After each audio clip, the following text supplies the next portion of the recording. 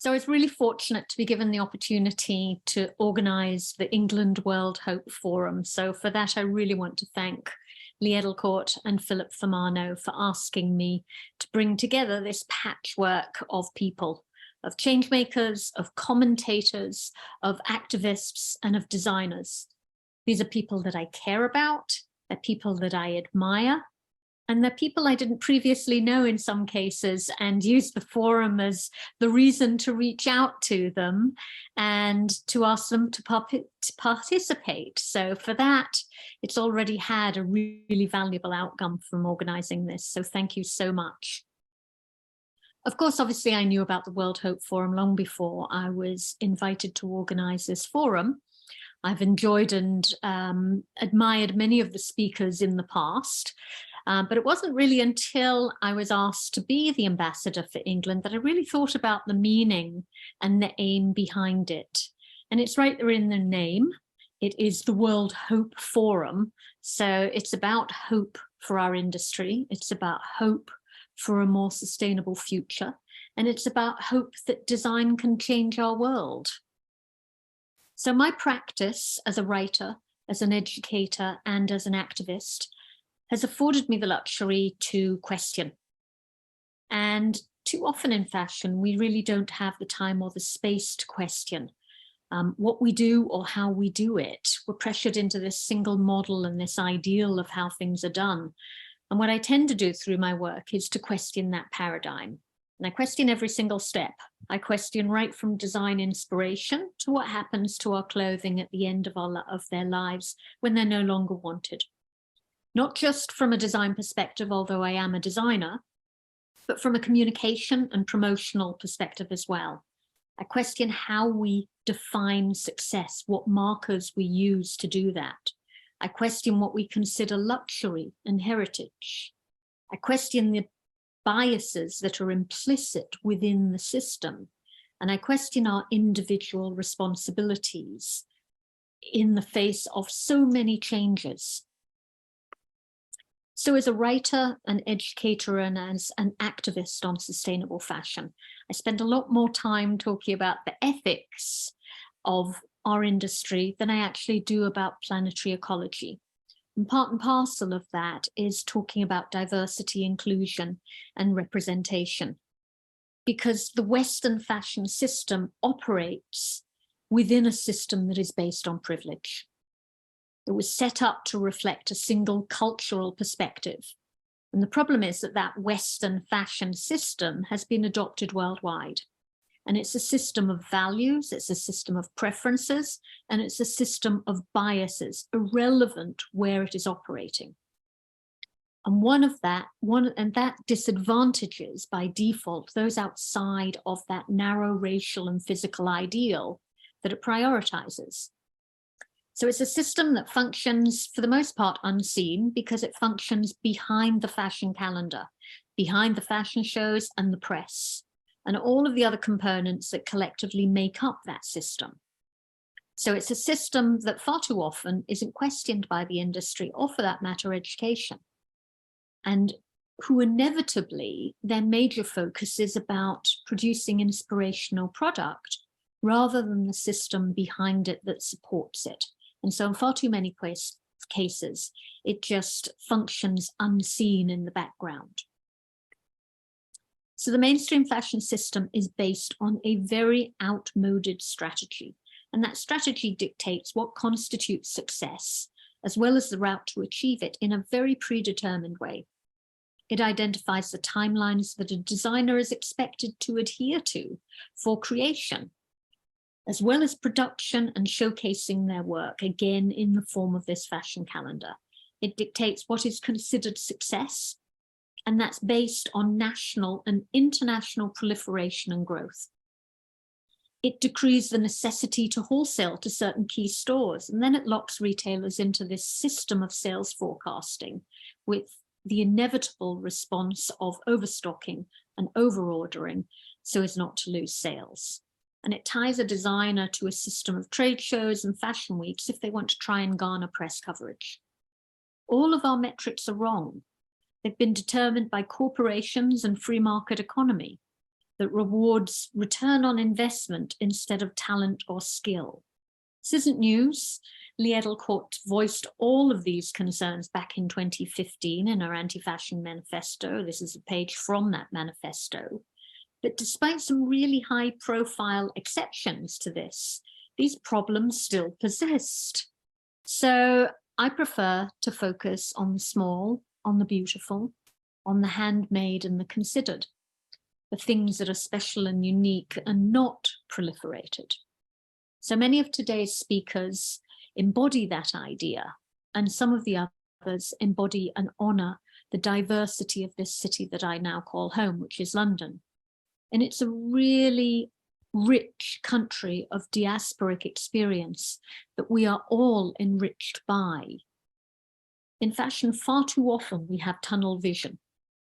We're so embedded in our industry, it takes so much of us that we don't often look beyond that, and we're so much richer when our world expands beyond those borders.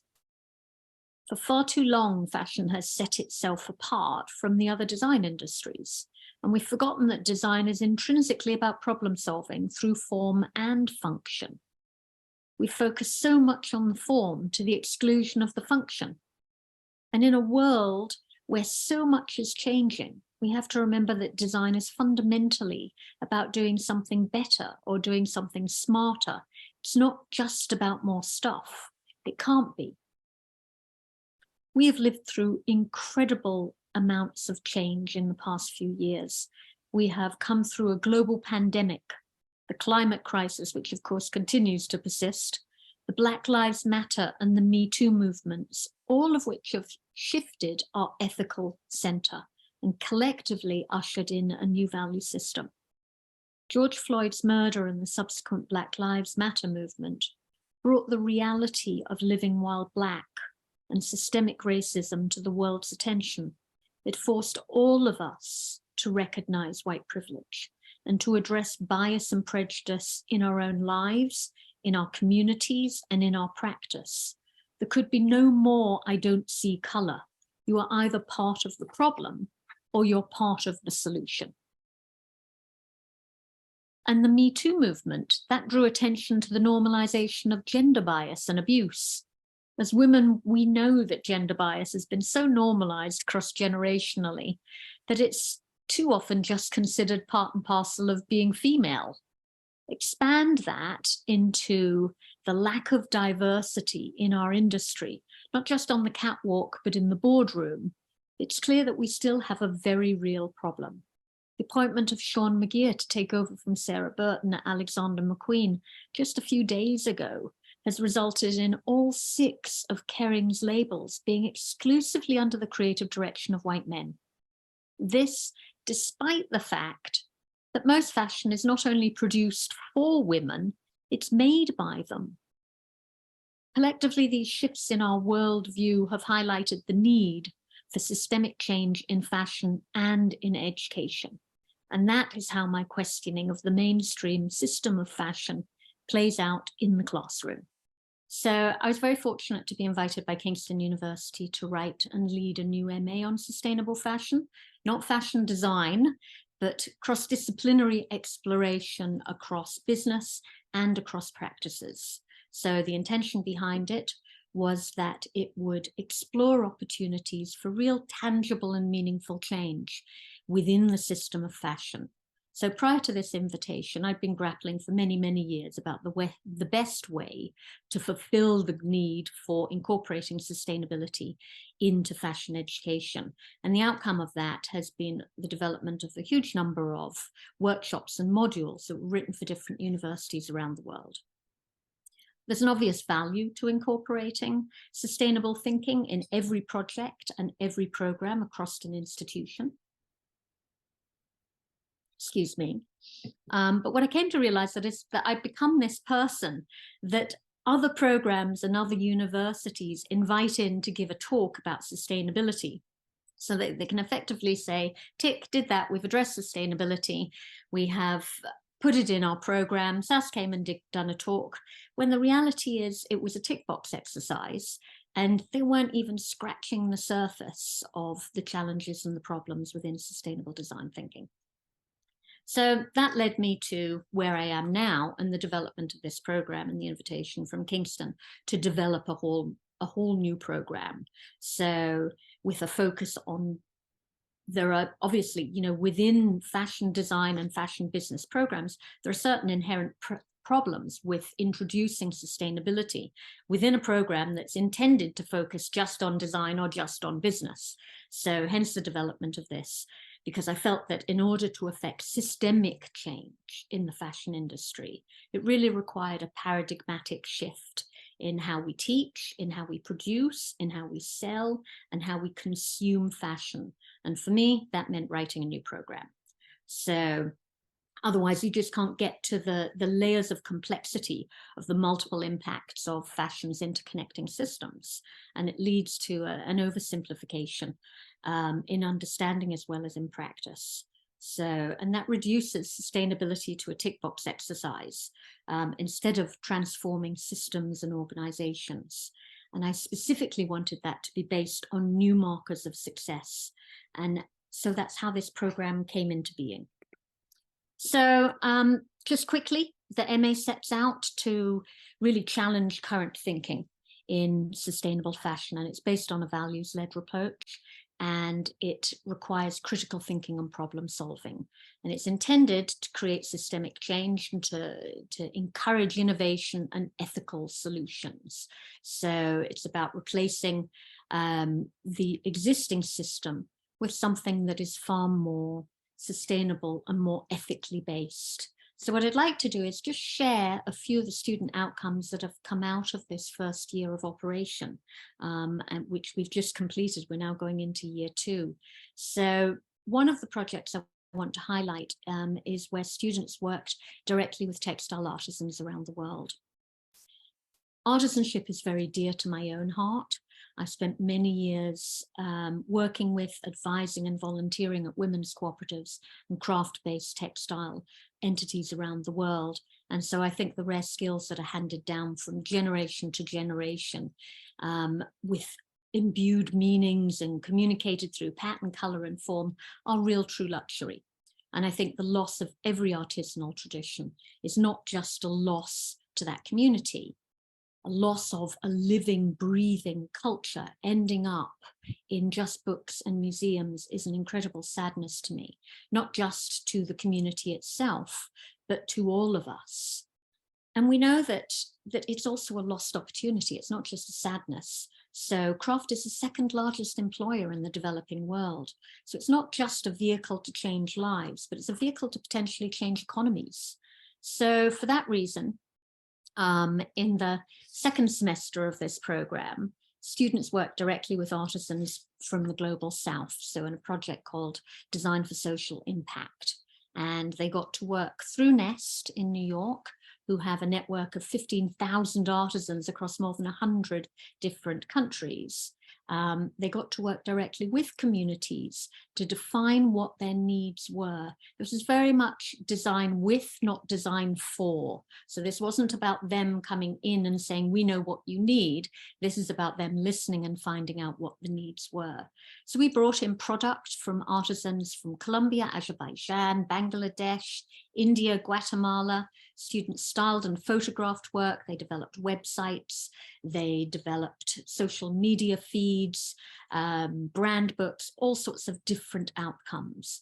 One of the most important things I think that came out of this project, however, is they learned to appreciate and value other cultures and other traditions. And they learned that they had to listen first. Oops, doesn't want to move on, excuse me, hang on. So just a couple of quick highlights of some of the outcomes. This was a group project. Students worked with Meha Embroidery in India, and they're a very small artisan workshop that specializes in traditional hand embroidery, worked predominantly on small individual commissions. So they specifically requested support on merchandising and marketing.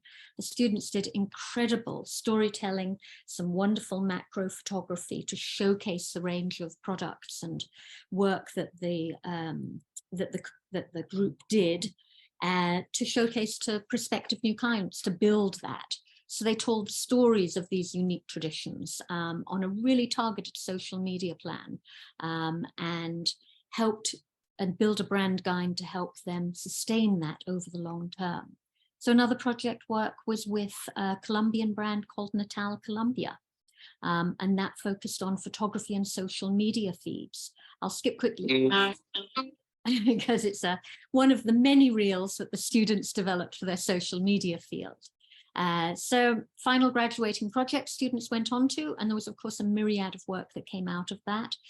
Not all focused on artisanship and craftsmanship, but many students chose to focus there.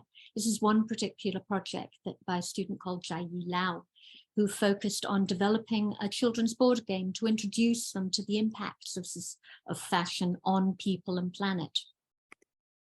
This was an educational database of bast fibers that was developed by Fiona Barrett, and the role of bast fibers in textile ecosystems. So the documentation, the connection, and the development of a toolkit, which was very beautifully done through showing nettle as one of those fibers. This was an AI-generated storybook for Gucci, showing a sustainability journey through graphic illustration developed on AI, from the perspective of a little lamb who escapes from a farm to go to discover Gucci's garden. This is from a student called Jingyi Ma, who worked with traditional handcrafts in Shanxi province in China, and was documenting the development of cultural heritage crafts in the region, and evaluating the problems and the challenges by developing product for commercial sale. And this is student work from a cross-generational craft collaboration between artisans. So artisan to artisan, not designer to artisan collaboration. So it was challenging that system of designers working with artisans. So this was across geographies, cultures, traditions, and techniques. And so that was from Paulina Casadzor. So I'm going to finish up there. Ultimately, there were far too many projects to showcase and to share, but I will be documenting them on the social media feed on the Instagram, which is on the bio. So I want to move on to our next speaker. Let me stop sharing my screen because we've got so many wonderful other people to hear what they're doing to move this needle of change. So thank you. There we go.